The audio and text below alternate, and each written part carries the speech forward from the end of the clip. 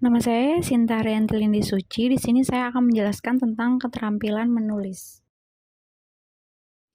Menulis merupakan kemampuan seseorang menuangkan ide, gagasan, atau gambaran yang ada di dalam pikiran manusia dalam bentuk karya tulis yang dapat dibaca, dipahami, dan dimengerti orang lain.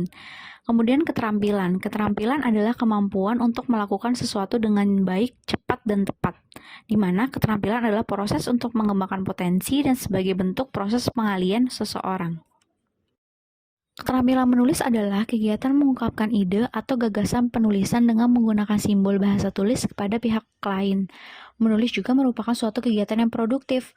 Apakah orang yang tidak mempunyai keterampilan menulis tidak bisa menulis? Tidak juga, karena keterampilan itu diciptakan dan dilatih asal ada kemampuan dan keseriusan untuk mempelajari. Jadi, seseorang akan terampil menulis jika ia terus mempelajari dan mengasah kemampuannya. Tujuan menulis adalah memberikan arahan, yaitu untuk menjelaskan tentang sesuatu hal yang harus diketahui oleh orang lain, menjelaskan sesuatu kepada orang lain, menceritakan kejadian, yaitu seperti memberikan informasi tentang sesuatu yang berlangsung di suatu tempat pada suatu waktu, yaitu selanjutnya meringkas, membuat rangkuman suatu tulisan sehingga menjadi lebih singkat dan lebih bisa dipahami oleh orang lain. Selanjutnya meyakinkan, yaitu tulisan yang berusaha meyakinkan orang lain agar setuju atau sependapat dengannya. Selanjutnya manfaat menulis. Manfaat menulis itu satu, untuk menuangkan ekspresi. Menulis itu dapat membantu meluapkan emosi yang sedang dirasakan dan dipendam. Bebas membuat tulisan ketika sedang sedih, senang, galau, marah, dan tidak bisa bercerita kepada orang lain itu salah satunya obatnya adalah bisa dengan menulis. Selanjutnya, meningkatkan kreativitas. Saat proses menulis ini, otak itu akan mencari ide-ide baru yang akan dituangkan dalam sebuah tulisan. Hal itu akan melatih otak kiri dan kanan. Nah, ini nih yang akan membuat seorang penulis itu menjadi lebih kreatif dan membuka intuisinya, karena otaknya tuh selalu diajak berpikir. Selanjutnya adalah untuk memperkuat daya ingat. Saat proses membuat tulisan, tidak hanya tangan dan mata aja yang bekerja, melainkan otak juga bekerja. Otak bekerja itu mulai dari mencari ide tulisan, menyusun kerangka tulisan, sampai tulisan tersebut selesai. Itu tuh bisa memperkuat daya ingatan loh. Terus selanjutnya menjadikan hidup lebih produktif. Kenapa ya aku bisa sih menjadikan hidup lebih produktif? Karena manfaatnya ini otak manusia itu bisa jadi lebih fokus untuk merencanakan sebuah kegiatan dari tulisan itu. Lalu selanjutnya menjadi media belajar yang baik. Dimana kalau menulis itu kan daya ingat manusia itu jadi lebih kuat kan dari menulis, dan banyak banget orang yang belajar itu pasti dari dia menulis juga gitu. Apa materi yang diserap dia tulis lagi, dan itu bisa lebih untuk diingat.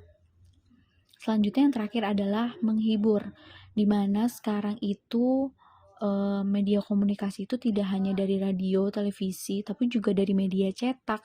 Dan media cetak ini itu berperan juga untuk menghibur, di mana dari contohnya itu kayak tulisan-tulisan atau bacaan ringan, dari cerita atau pengalaman lucu yang itu tuh bisa membuat penghibur bagi pembacanya di sela-sela kesibukan beraktivitas.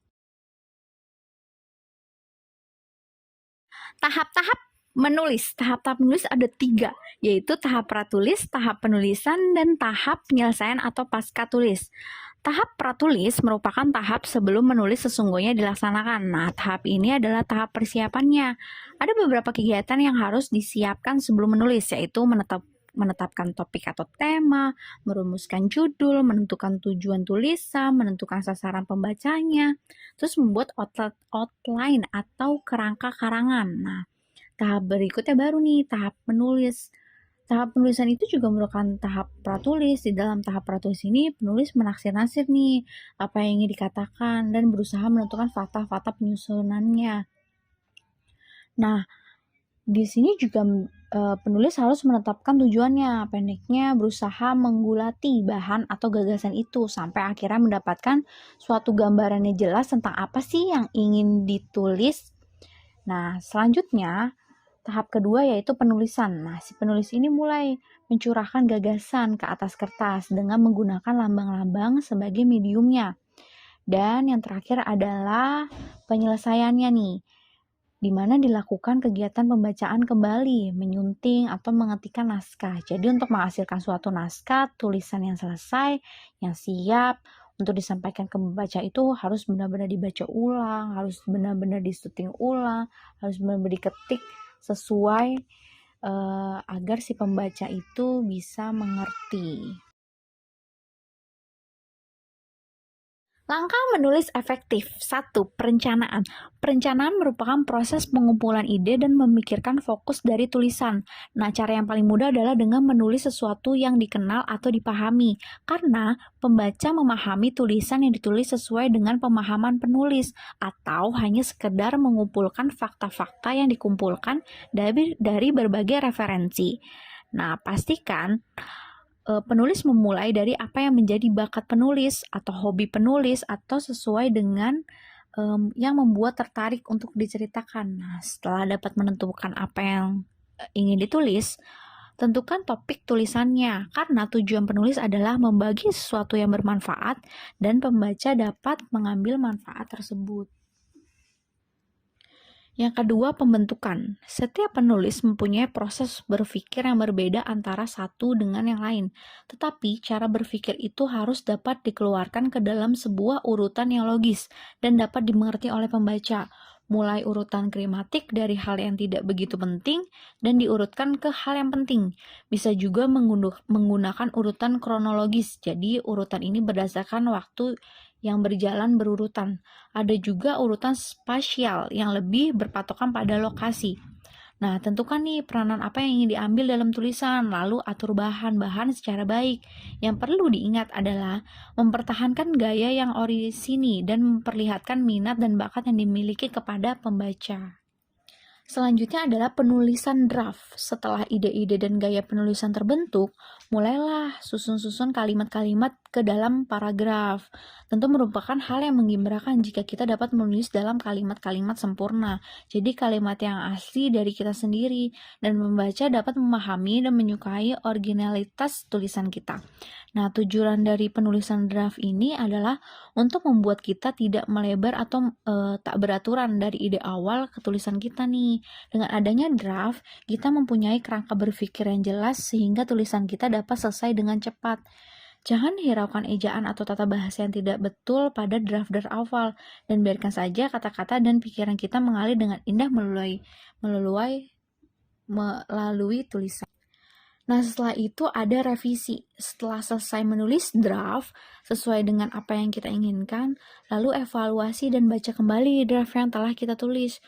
Mengedit sendiri draft yang telah kita tulis, tambahkan potongan, ganti apapun, memindai kata-kata atau kalimat yang dirasa perlu diperbaiki. Nah, lalu ambil keputusan bagian yang mana harus ditambahkan informasi atau bagian mana yang dinilai berlebihan. Cari tulisan yang dinilai keluar dari konteks tulisan.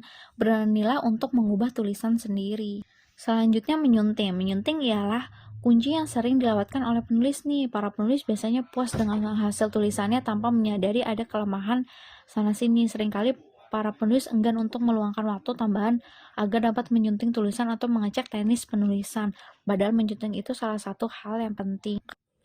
Dalam menyunting, kita harus memperhatikan nih tata bahasa, ejaan, tanda baca, huruf kapital, huruf miring, nomor, tanda hubung, tanda koma, tanda titik koma, dan singkatan.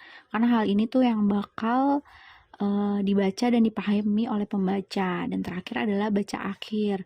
Di sini berbeda dengan penyunting karena langkah ini lebih memfokuskan pada kesalahan ketik yang bisa aja kita lewatkan.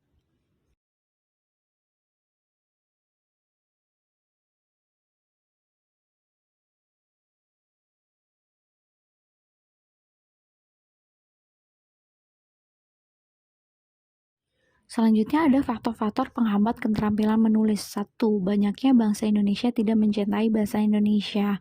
karena banyak banget penulis yang menuliskan tata bahasa Indonesia yang baku, dan hal itu banyak juga bangsa Indonesia yang orang-orang yang tidak mengerti apa baku-baku dari bahasa Indonesia sendiri. Yang kedua, kesibukan pengajar sehingga tidak mampu untuk menerangkan cara menulis yang efektif, karena banyak banget pengajar yang hanya memberikan tugas menulis tapi tidak menjelaskan atau mencontohkan bagaimana cara menulis yang efektif.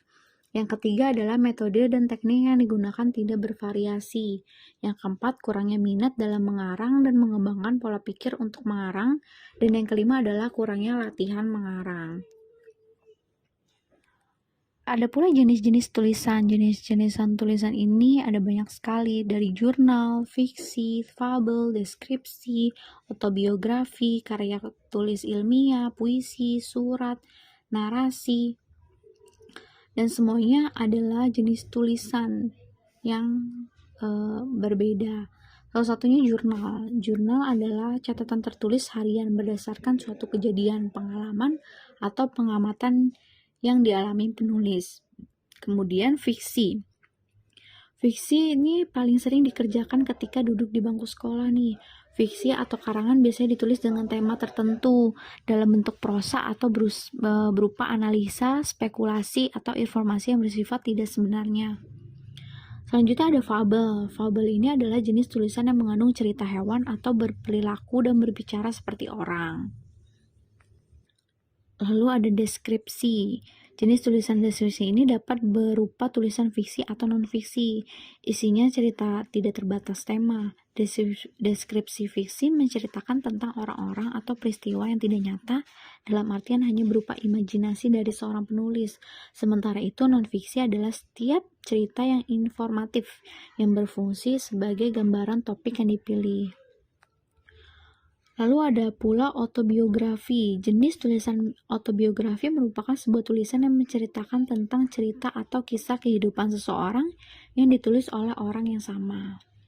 Terus selanjutnya ada karya tulis ilmiah, yang biasa disingkat karya ilmiah atau laporan tertulis yang menyajikan hasil temuan atau penelitian sang penulis. Nah, lalu ada juga puisi, salah satu karya sastra yang banyak digemari orang nih, mulai dari usia belia, remaja, hingga orang tua. Para penyuka sastra pasti nggak asing nih untuk mengenali apa sih itu puisi, salah satu media yang sering digunakan untuk menyampaikan pesan. Isi dari pesan ini tuh biasanya berupa ungkapan atau sebuah pesan dari seseorang ke orang lain atau ke khalayak. Selanjutnya ada surat. Surat juga termasuk dalam jenis tulisan yang paling umum ditemui. Surat adalah sarana komunikasi untuk menyampaikan informasi berupa teks tertulis. Nah, menulis surat dapat dilakukan dengan tulisan tangan maupun melalui mesin ketik yang kemudian dicetak.